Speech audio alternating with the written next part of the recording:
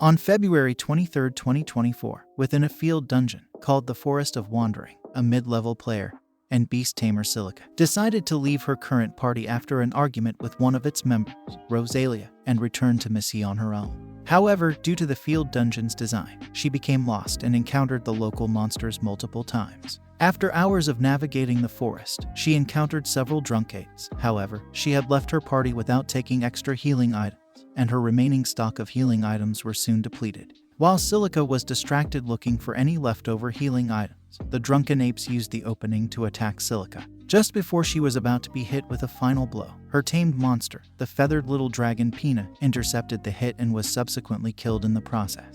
The shocked Silica was then nearly killed by the apes, but was saved by Kirito, who had come across her by chance. After being saved, Silica cried over the loss of her pet and dear friend.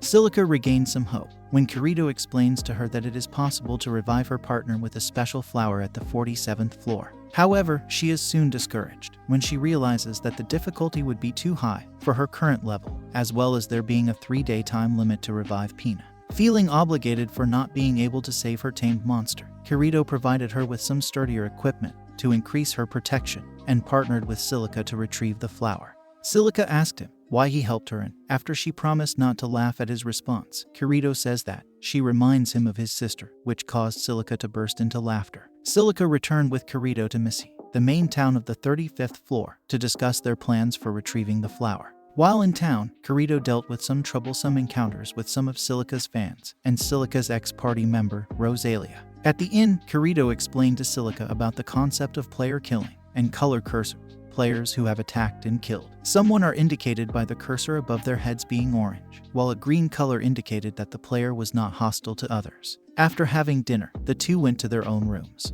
Kirito took out a mirage sphere to show the known data on the 47th floor to Silica. As he was continuing with his explanations, he suddenly detected someone eavesdropping on them and ran out to see who was there, but the player quickly fled. When Silica asked Kirito how someone was able to eavesdrop on them, Kirito explained that players with a high-level straining skill did not have to knock on the door to hear what was going on in the room.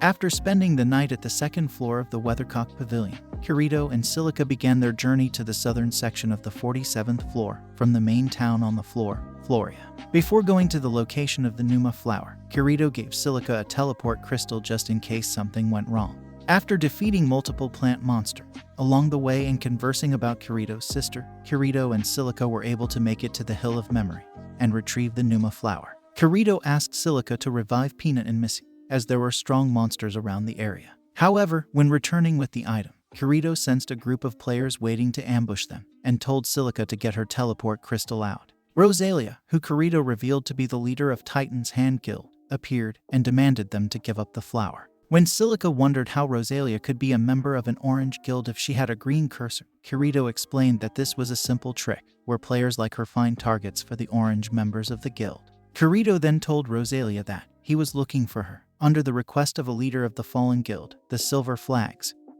who wanted her and her guild to be sent to jail. The other members then came out of hiding with their weapons at the ready. One of the members, after hearing Silica call Kirito by his name, recognized him as the Black Swordsman. The member told Rosalia that Kirito used a one-handed sword, with no shield build, was a beater, and a member of the Clearers. But Rosalia rejected such a claim, as she believed that if he were a Clearer, he would not be wandering on the lower floors. She then ordered her members to attack him. As the orange players attacked Kirito, he did nothing. Thus Silica began to worry that he would die, and was almost ready to attack them. However, as she looked at his hit points HP bar, she suddenly saw it rising again.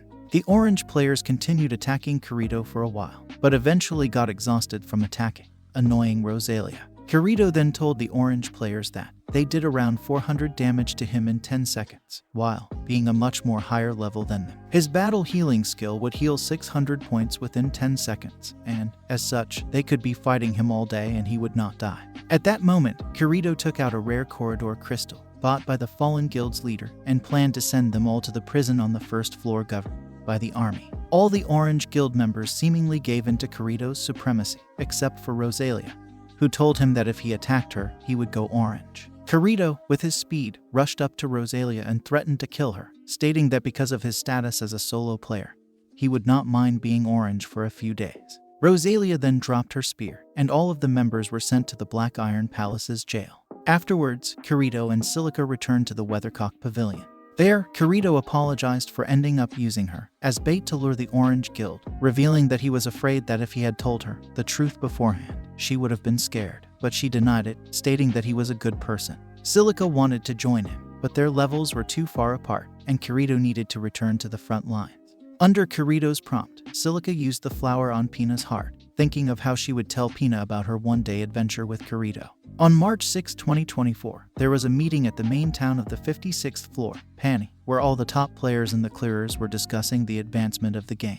In this meeting, Asuna, the vice commander of the Knights of the Blood, debated with Kirito intensely over strategies to fight against the field boss, Geo Crawler. Asuna's plan was to lure the boss into the town and then kill it, while it was distracted by the non-player characters. However, Kirito objected as they would be trampling on the NPCs' lives, though Asuna coldly stated that they were merely objects to the game, thus they would simply respawn after being killed, unlike the players. She also reminded Kirito of her status, and as thus he was forced to comply. Afterwards, Agile confronted Kirito about their constant bickering, causing Kirito to remember the advice about joining a guild that he had given to Asuna and how amazing she had become. Later, on April 11, 2024, Asuna found Kirito sleeping at a grass hill within the 59th floor's main town, Danak, and tried to tell him off for not working at the front lines. Kirito responded that the weather in Aincrad at that time was the best, and it would be a waste to be in the labyrinth on such a day.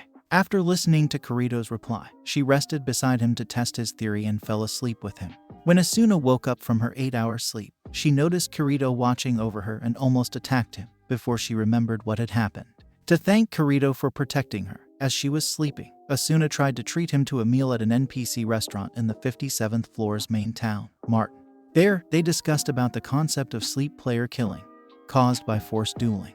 Before they could eat, however, they heard a scream outside and hurried to investigate. Upon arriving, Kirito and Asuna witnessed a murder within the city, which should have been impossible due to the anti-criminal code effect area feature within a safe area in the game. A heavily armored player was hung by a rope in front of a church, appearing to have been pushed out of a window after being impaled with a spear, and finally shattering into blue polygons due to the continuous piercing damage over time effect. As the killed player was still within the city boundary, Kirito believed that the cause of death was losing all his health in a duel with another player. However, the winner notification for such a duel did not appear, eliminating that possibility. While investigating the murder case, Kirito and Asuna interviewed a witness, Yoko, who claimed that she was supposed to meet up with the victim, Kainz. After retrieving the murder weapon and leaving Yoko in the safety of an inn, Kirito and Asuna traveled to a player shop in the main town on the 50th floor, Algate, to have it appraised by Agile. Agile deciphered that the weapon, named Guilty Thorn, was created by a player named Grimlock. Kirito attempted to test if the weapon could harm him inside the city, but Asuna stopped him before he could stab his hand. They exited the shop after leaving the weapon with Agile. The next day, Kirito and Asuna met up with Yoko at the restaurant. They had been to the day before and learned that Yoko, Kainz, and Grimlock were former members of the now-defunct Golden Apple Guild, which had lost their leader, Griselda.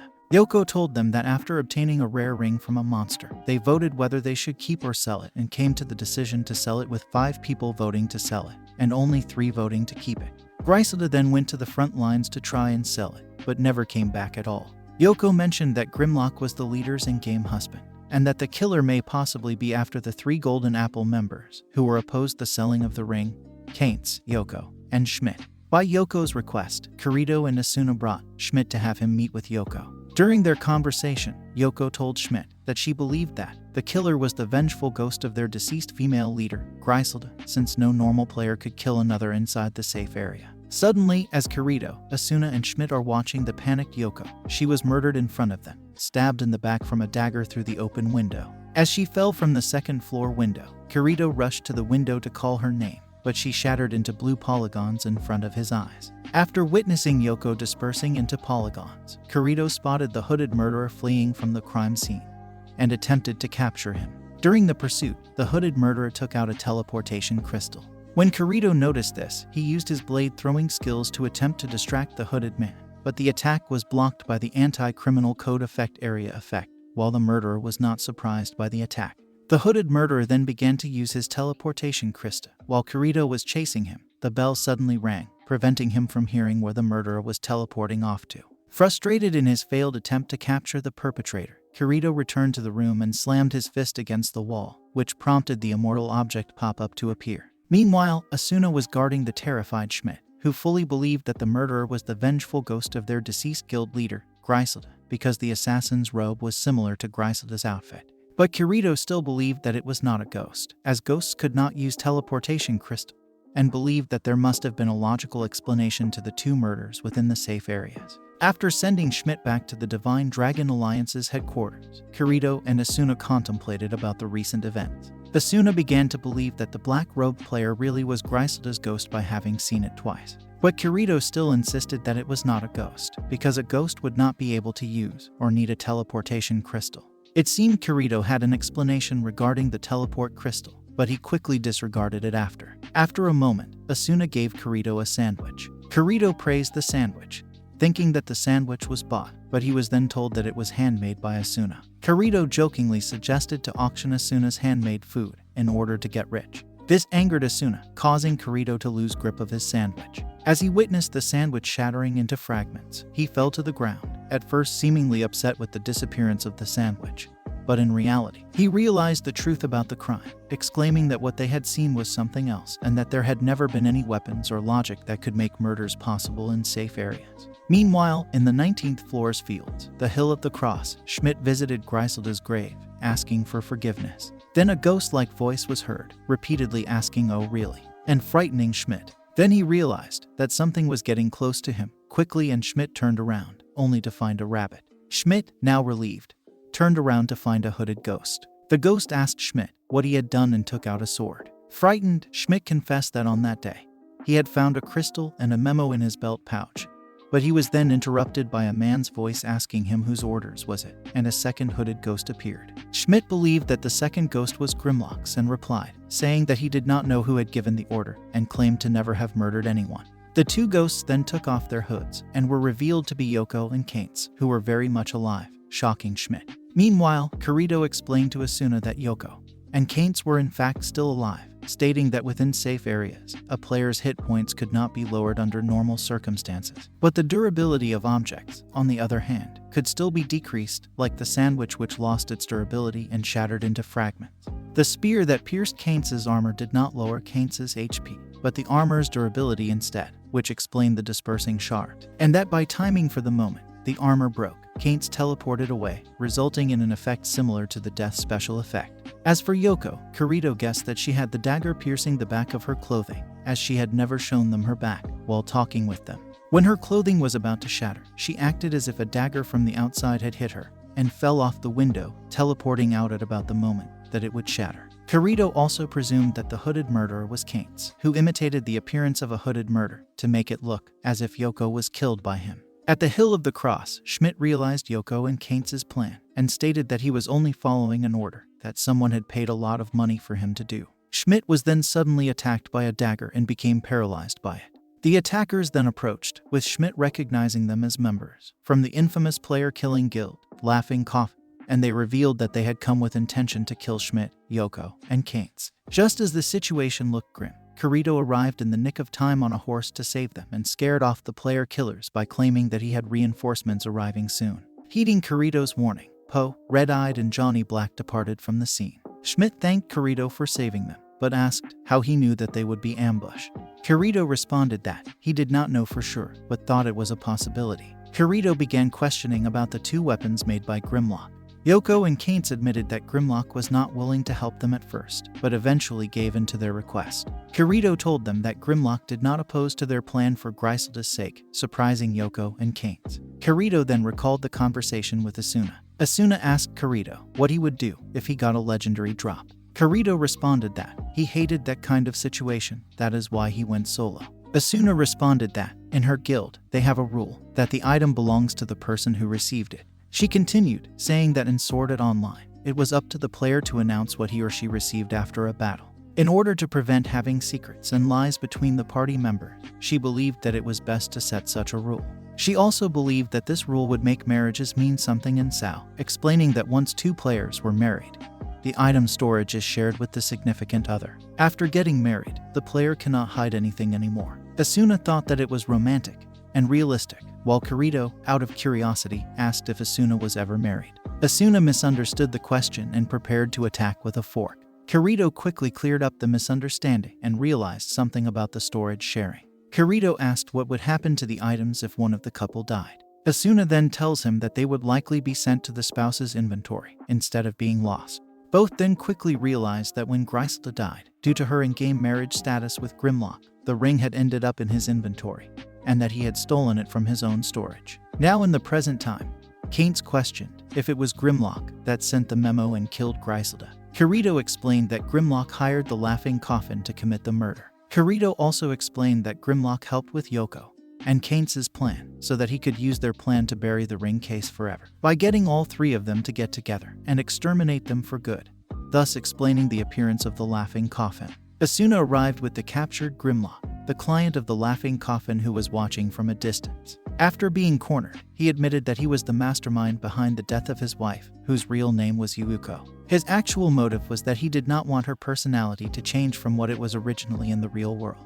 Believing that his Yuuko had vanished and wanting to keep Yuuko, as she appeared in his memories, forever, he decided to kill her, convinced that he killed his wife out of love. Asuna corrected him, saying that it was not love, but a feeling of possession. Startled by Asuna's words, Grimlock fell to the ground, shaken. Schmidt and Kainz then went to Grimlock, thanking Kirito for helping them, and asked if they could take him, to which Kirito agreed. As the case drew to a close, Asuna asked Kirito what he would do if he was to get married and noticed a side of his partner that he had not known before. Surprising Asuna, he replied that he would feel lucky to be married to someone because that would mean that they would love every side of their partner that they already knew, and would have another part of them to love. Before leaving, Kirito grabbed Asuna's arm to show her Yuuko's ghost and felt that Yuuko could then rest in peace. Asuna suddenly asked if they can add each other as friends. Even though Kirito still insisted that he was a solo player, Asuna urged him to think about it while they get some food as they head back to town.